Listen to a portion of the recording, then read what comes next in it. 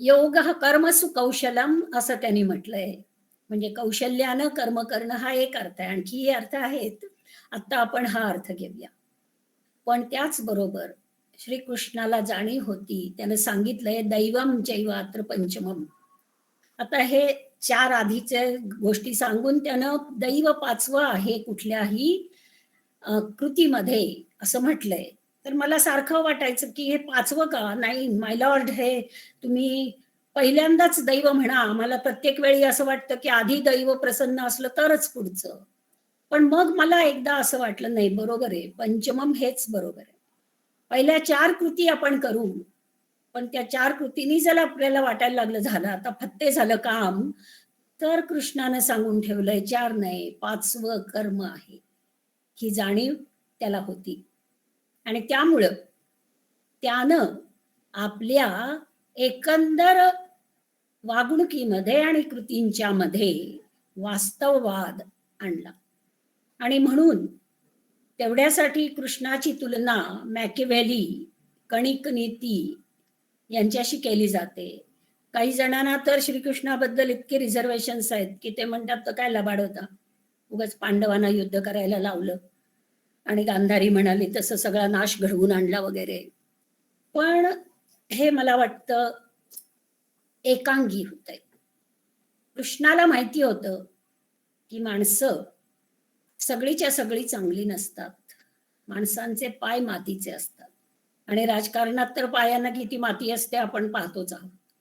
अशा राजकारणामध्ये केवळ आदर्शवाद, राजनीतीत सुद्धा आदर्शवाद चालत नाही. तिथं व्यवहारवाद आणावा लागतो. आपद्धर्म म्हणून एक गोष्ट करावी लागते. सात्विक हेतूनं या आदर्शवादाला मुरड घालावी लागते. साधं सोनं अगदी अस्सल निखळ सोन्याचे दागिने होऊ शकत नाहीत. त्याच्यात थोडं तांबं, हीड वगैरे मिसळावं लागतं तर दागिना घडतो. त्याचप्रमाणे धर्मतत्व, आदर्शवाद अंमलात आणताना आणि विशेषतः राजनीतीमध्ये आपल्याला लवचिकता आणावीच लागते आणि त्यानं आयुष्यभर ते केलं. त्यामुळंच केवळ विजय मिळू शकला आणि हे त्याच्या सगळ्या कृतींचं सूत्र आहे. धर्मतत्वामध्ये सारासार विवेकाला त्यानं स्थान दिलं. तुलना करायची झाली तर राम हा मर्यादा पुरुषोत्तम होता, पण कृष्ण हा अमर्याद होता. पण या आपल्या सर्व अमर्याद कृतींची जबाबदारी त्यानं घेतली आणि ते तडीला नेत राहिला तो. आणि या उलट आपण पाहिलंय, की आदर्शवाद पाळणारा बलरामानी काय केलं तर पांडव कौरवांचं युद्ध होणार म्हटल्यावर निघून गेला तीर्थयात्रेला. म्हणजे हा झाला पलायनवाद. किंवा जो अत्यंत घृणास्पद प्रसंग आहे, दरबारामध्ये कौरवांच्या द्रौपदीचा अपमान होत असतानाचा, त्यावेळेला भीष्म, द्रोण, युधिष्ठिर यांच्या आदर्शवादानं काय झालं? तिथं जर कृष्ण असता तर ह्यातलं काही झालं नसतं. कृष्णानं ते बोलूनही दाखवलंय. तर हा असा टोकाचा आदर्शवाद हा उपयोगी नाही. त्याला मुरड घातली पाहिजे. हे त्याच्या आयुष्यातल्या अनेक कृतीमधून आपल्याला दिसतं. याचा अर्थ तो काही तडकाफडकी सगळे निर्णय घेत होता असं नाहीये. कौरव पांडवांचं युद्ध टाळण्यासाठी त्यानं शिष्टाई केली. आणि कृष्णाचे जे अनेक पैलू आहेत, त्यातला वक्तृत्व हा फार मोठा पैलू आहे. आणि व्यासानी त्याच्या वक्तृत्वाचं अतिशय सुंदर दर्शन घडवलंय. कौरवांच्या दरबारात त्याचं शिष्टाईचं जे भाषण आहे, ते असंच अप्रतिम आहे. जसं ते तथ्यम हितम प्रियम वगैरे.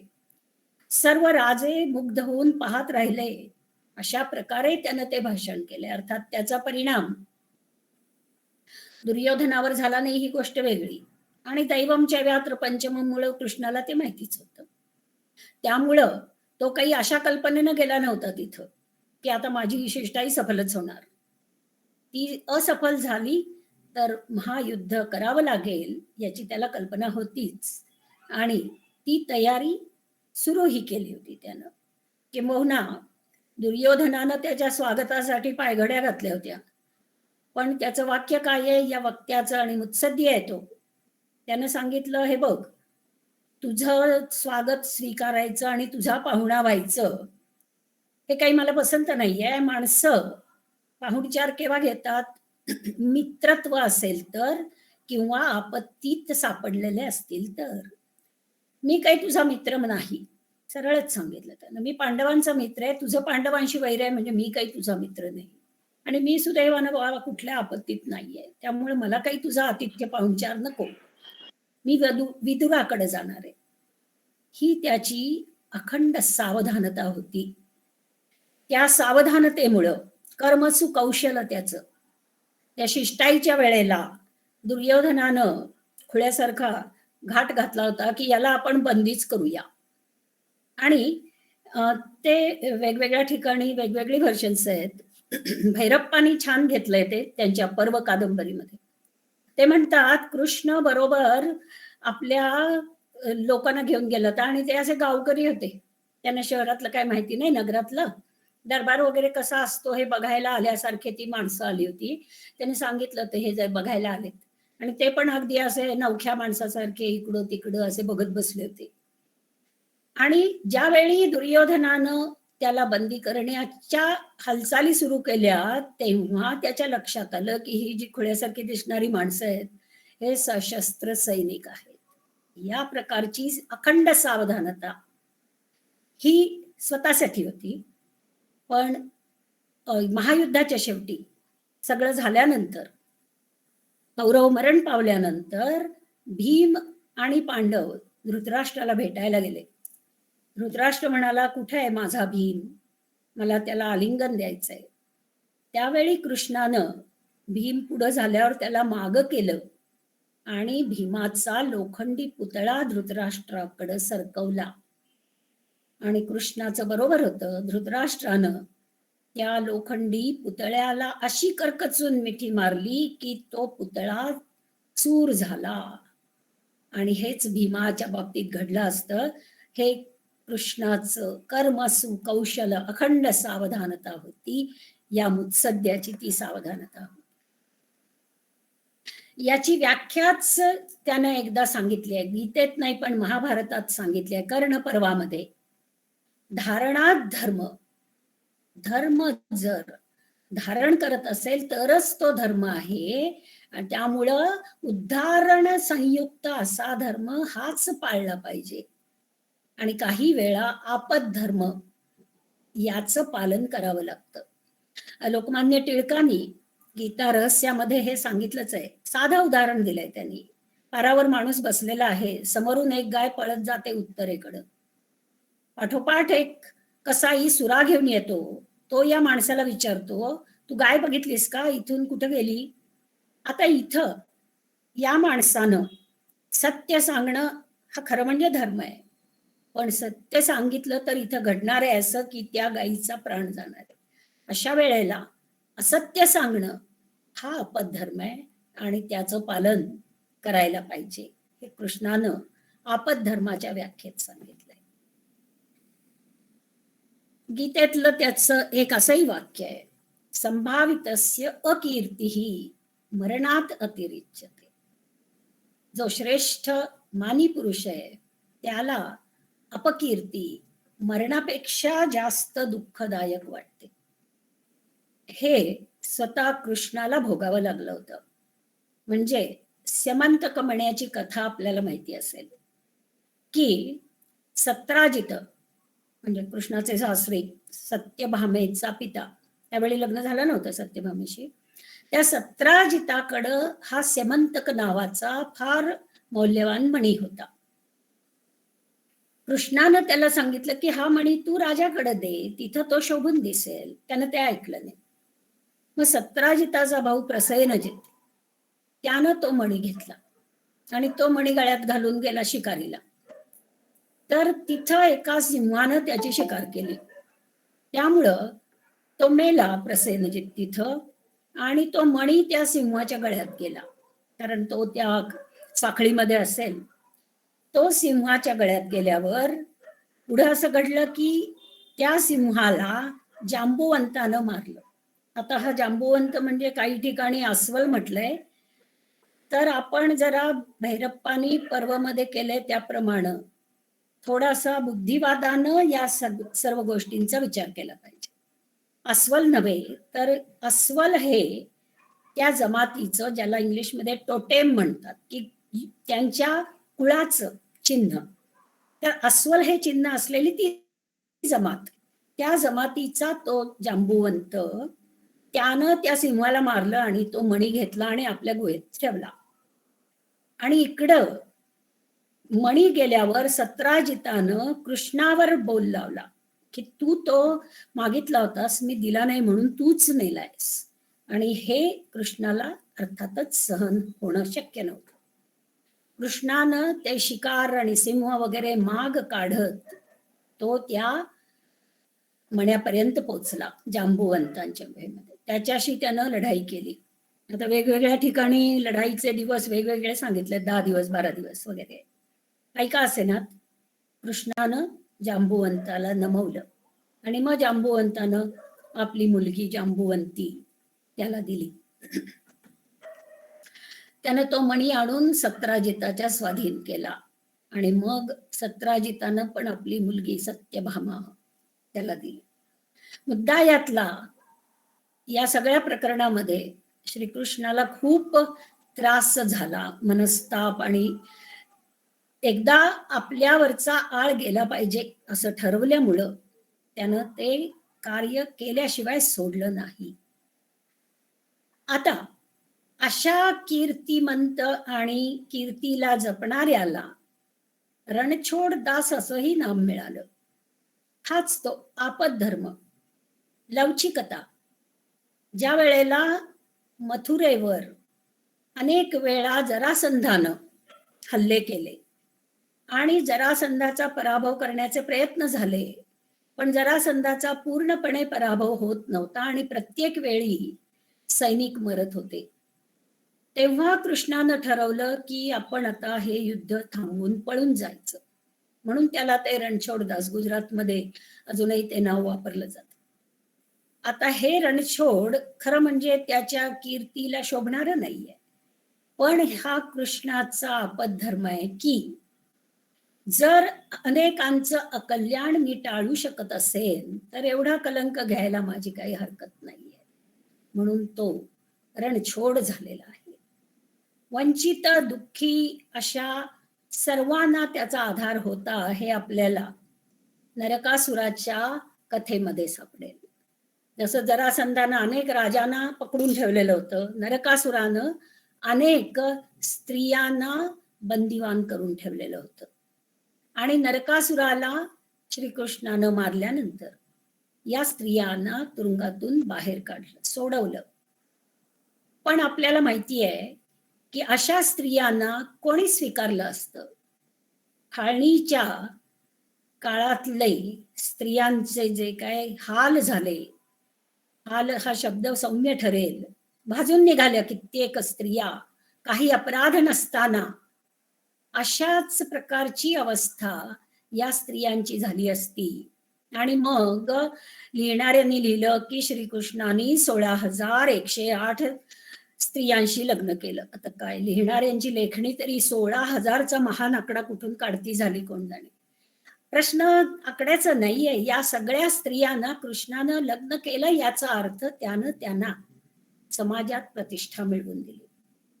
भैरप्पानी अशाच प्रकारे त्याचं निर्वचन केलेलं आहे आणि सदानंद मोरेनी सुद्धा. आणि मला ते पटतं. कृष्णाचा द्रष्टेपणा, दलितांच्या बद्दल, दीनांच्या बद्दलची त्याची सहानुभूती आणि एक शहाणीव असं ज्याला म्हणता येईल, हे सगळं कृष्णाचं पाहिल्यानंतर मला हेच पटतं. आणि विशेषतः स्त्रियांची स्थिती पूर्णपणे चांगली कुठल्याच काळात नव्हती, नाही, आणि पुढेही काही फार असण्याची शक्यता मला वाटत नाही. त्या बाबतीत निराशावादी आहे. पण या श्रीकृष्णानं स्त्रियांच्या बाबतीत नेहमीच सहानुभूतीचा आणि गौरवाचा दृष्टिकोन ठेवलाय. द्रौपदीबद्दल ते बहीण असो नसो, त्यानं इतकं हृदय नातं जोडलेलं आहे. तो द्रौपदीला इतक्या सन्मानानं वागवायचा. दोघांना एकमेकाविषयी आदर होता, उगीच नुसती दया नव्हती. आणि म्हणून महाभारतामध्ये द्रौपदी एकदा निराश झाल्यावर म्हणते, कोणी नाही, मला बाप नाही, आई नाही, भाऊ नाही, कोणी नाही. ही इतकी वाईट अवस्था आहे. आणि कृष्णा तू ही नाहीस. म्हणजे तू मध्ये ती नात्याचं नावच घेत नाही. आणि अर्थातच नाती अशी शब्दात नसतातच. गुलजारनी म्हटल्याप्रमाणे सिर्फ एहसास है ये. तो एहसास असतो. आणि तिच्या कृष्णा तू नाहीस म्हणण्यामध्ये ते तू हे नातं आहे. आणि ते नातं जोडावं असा हा लोभसवाणा, सहानुभूतीनं भरलेला आणि कर्तृत्वशाली असा हा पुरुष होता. म्हणून त्याला पुरुषोत्तम म्हटलं पाहिजे. आणि अशा या पुरुषोत्तमानं केवळ कुमार आणि किशोर वयात जे सुरू केलं, की जे म्हणून कोणी अत्याचार करत असतील त्यांचं मर्दन करायचं, हे व्रतच त्यानं केलेलं आहे. सुरुवात कंसापासून केली आहे. कृष्ण आणि बलरामानी कंस आणि तिथले सगळे मल्ल यांचा निर्धारानं सामना केलाय. आणि त्याची ग्वाही गीतेमध्ये दिलेली आहे, की धर्माची ग्लानी होईल आणि अधर्म माजेल, तेव्हा मी स्वतः प्रकट होतो. आणि प्रकट होऊन साधूंचं परित्राण आणि दुष्ट माणसांचा विनाश हे मी करत असतो. आणि पुन्हा धर्माची संस्थापना करण्यासाठी वेगवेगळ्या युगामध्ये, वेगवेगळ्या युगात मी येत असतो. आणि जरासंध काय, नरकासुर काय, कौरव काय, या सर्वांच्या उदाहरणामधून आपल्याला तेच दिसतंय, की त्यानं या सर्वांचा, दुष्टांचा विनाश घडवून आणला. आता हे सगळं झालं. गीतेतलं तत्वज्ञान जे आहे ते केवळ अर्जुनाच्या प्रश्नाला उत्तर एवढंच नाहीये. किंबहुना सांख्य, राजविद्या, राजगुह्य, मुक्तमुक, ती सगळी जी प्रकरणांची, अध्यायांची नावं पाहिली तरी छाती दडपते. अर्जुनाचा प्रश्न फक्त एवढाच आहे, या अवस्थेत मी काय करू, मला लढावंसं वाटत नाहीये. रादर तो म्हणतोय की मी निघून जातो आता. हे असलं राज्य, रक्तरंजित राज्य करण्यापेक्षा मी मेलो तरी चालेल. या प्रश्नाचं उत्तर देण्यासाठी हा सगळं क्षेत्रज्ञ योग वगैरेची गरज नव्हती या अर्थानं की ते उत्तर नाहीये. मग हे सगळं आपण जरी विचारात घेतलं नाही, कारण हे सगळं फार मोठा तत्वज्ञानाचा अभ्यास असणाऱ्यांच्यासाठी आहे असं जरी आपण म्हटलं तरी गीता, मी म्हटलं तसं, सामान्यांच्यासाठी सुद्धा आहे. कृष्णानं नेहमीच सामान्यांचा विचार केलाय. आणि म्हणून त्यानं व्यक्त केलंय की अव्यक्त ब्रह्म किंवा परमेश्वराची भक्ती करणं सर्वांना शक्य होईल असं नाही. म्हणून पत्रम पुष्पम फलम तोयम, भक्तीनं मला जो कोणी जे काही आणून देईल ते मी आनंदानं स्वीकारतो. भक्ती योग सांगितलेला आहे श्रीकृष्णानं, की ज्याच्यामध्ये भक्तीला महत्व आहे, धनाला नाही. आणि ही कथा त्यामध्ये आपल्याला दिसतंय, श्रीकृष्णाच्या भारंभार सोनं नाणं खजिने घालून सुद्धा कृष्णाचं पारडं जडच राहिलं. आणि भक्तीनं एक तुळशी पत्र टाकल्यावर कृष्ण तेवढ्या समतोल झाला या उदाहरणात. आणि त्यानं अर्थातच गोपालांना नेहमीच आधार दिला, त्यांच्या भक्तीचा सन्मान केला. कुब्जेला सुद्धा त्यानं सन्मान दिला. त्यामुळेच आपल्या मराठीमध्ये जी सुंदर कविता आहे त्यात इंदिरा संतांनी म्हटलंय, की एखाद्या पहाटेच्या वेळेला मुरलीचा रव कुणासाठी, तर तो कुब्जेसाठी. सुदाम्याची जी गोष्ट आहे त्यात सुद्धा हेच दिसतंय, जे त्यानं सांगितलंय गीतेमध्ये, ये यथा माम प्रपद्यन्ते तां तथैव भजाम्यहम्. जे मला ज्या पद्धतीनं भेटतील तसा मी त्यांना भेटतो. भक्तीप्रमाणे हा भगवंत त्यांना भेटतो. गोष्ट अगदीच परिचित आहे, त्यामधून ते दिसतंय, जसं कर्म तसं त्याचं फल असेल.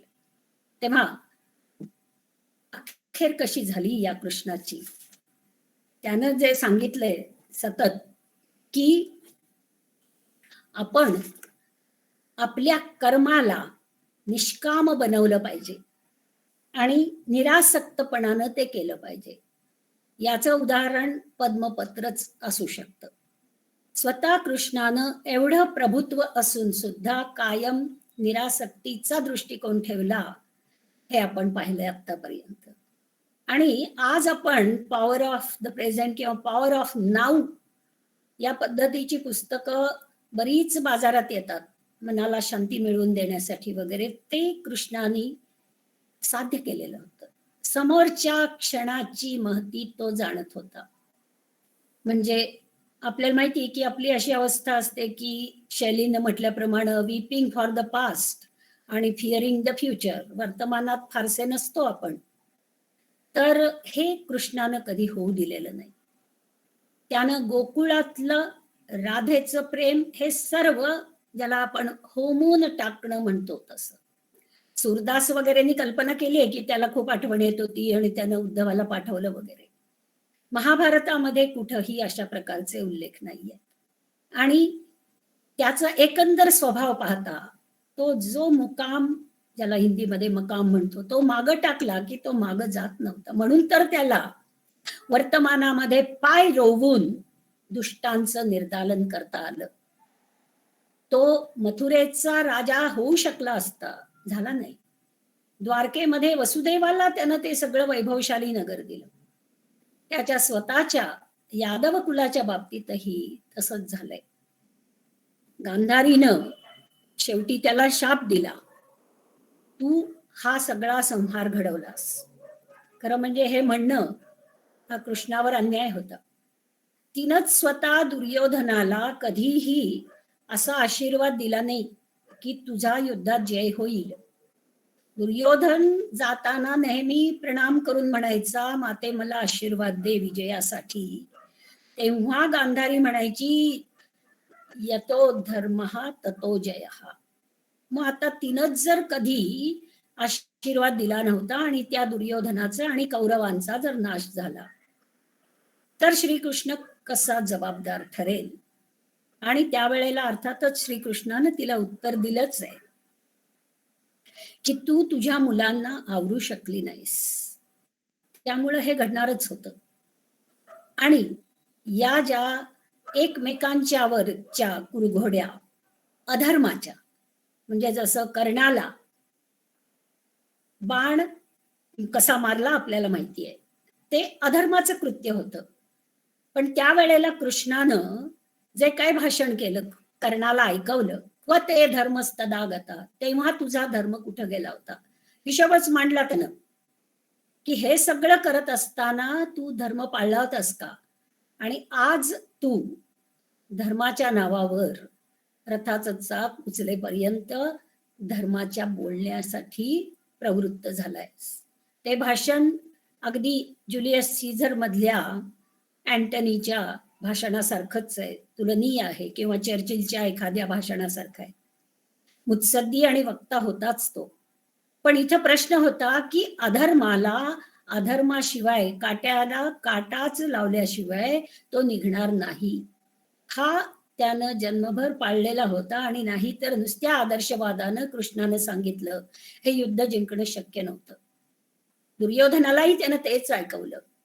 दुर्योधन तर त्याला गवळ्याचा पोर वगैरे म्हणून वाईट शब्द बोलत होता की तू हे केलंस. तेव्हा सुद्धा कृष्णानं तो पाढा वाचला. थोडक्यात हे सर्व जे त्यानं केलं, हे आपद्धर्म वगैरे, हे काहीही स्वतःसाठी नव्हतं. इदम न मम ही त्याची भूमिका होती. आणि त्या भूमिकेनुसार त्यानं संपूर्ण जीवन घालवलं. 64 वयापर्यंत त्यानं ह्या सगळ्या आपल्या कृती केल्या, असा एक साधारण हिशोब मानला जातो. त्याच्या पुढच्या आयुष्यात त्याला फारसं काही करावं लागलं नाही असं म्हटलं जातं. आणि त्यानंतरचं यादव कुल आणि पांडवांचा जो काही शेवट झाला, तो काही फार सुखदायक नव्हता. आपल्याला माहिती आहे की पांडवांना त्या विजयाचं सौख्य फारसं मिळालं नाही. धर्म सारखं म्हणायचा, जयोयम अजयाकारो प्रतिभाती, हा विजय मला पराजयासारखा वाटतो वगैरे. आणि कृष्णाच्या यादव कुळाचं काय झालं ते तर म्हणजे भैरप्पानी आपल्या पर्व कादंबरीमध्ये जे मांडलंय ते मला पटतं.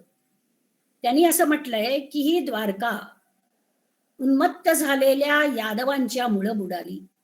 आणि त्याला त्यांनी एक सुंदर कारण दिलंय तिथं, की मैरेय नावाची मदिरा त्या समुद्रात, म्हणजे प्रवास करत बंदरावरून यायची, द्वारका बंदरामध्ये. त्या घातक, म्हणजे ते, म्हणजे फरक एवढा की वाईन आणि अल्कोहोल मधला फरक होता तो. ती वाईन नव्हती.